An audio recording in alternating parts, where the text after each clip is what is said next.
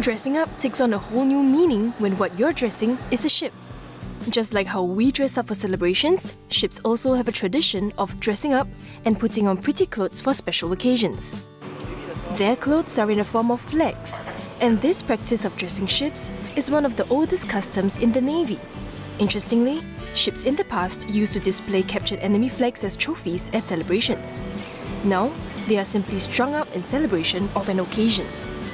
We have 4 fixed occasions we dress ship: on the New Year Day, on the RSN anniversary, the SAF Day, and our National Day. Dressing ship requires us to fly our national flag. We will fly our dressing lines as made of colorful flags. These flags are raised by a group of people from the ship's communications department. The first step will be to raise cables to support the weight of the flags. This steel cable is to support the flag so that it will look straight. Pull the cable! Flags are then raised in random order, alternating between normal-sized flags and longer ones called pennants. Our flags look like this: square, rectangular shape. The pennant will have a long tail at the back, which looks like this. Stop! Go up! Normal merchant vessels use 26 flags to represent the alphabets of the English language, and 10 pennants to represent numbers. This pennant, which looks like Japan's country flag for example, means number 1. For Navy ships, it has the added meaning of all ships under my tactical command. There are a total of 68 types of signal flags, pennants and special flags used by all navies, much more than normal merchant vessels. Flags and pennants are not just ceremonial. When out at sea, they are used to re-establish communications between ships when voice communication deteriorates. Accompanying the flags are lights which are strung up and raised by the ship's engineering department. These ceremonial lights are also known as Mediterranean or friendship lights.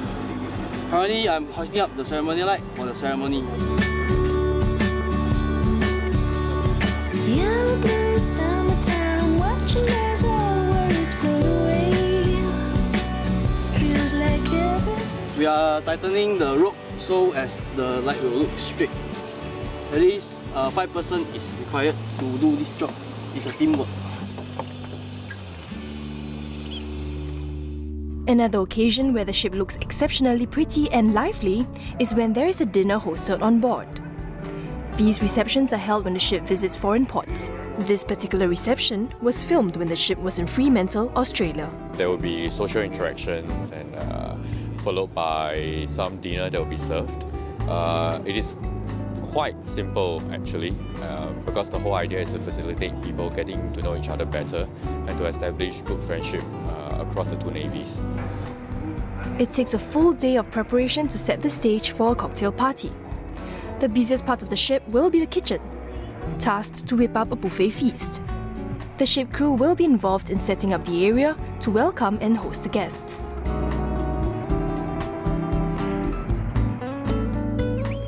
The first guest arrives and the dinner begins.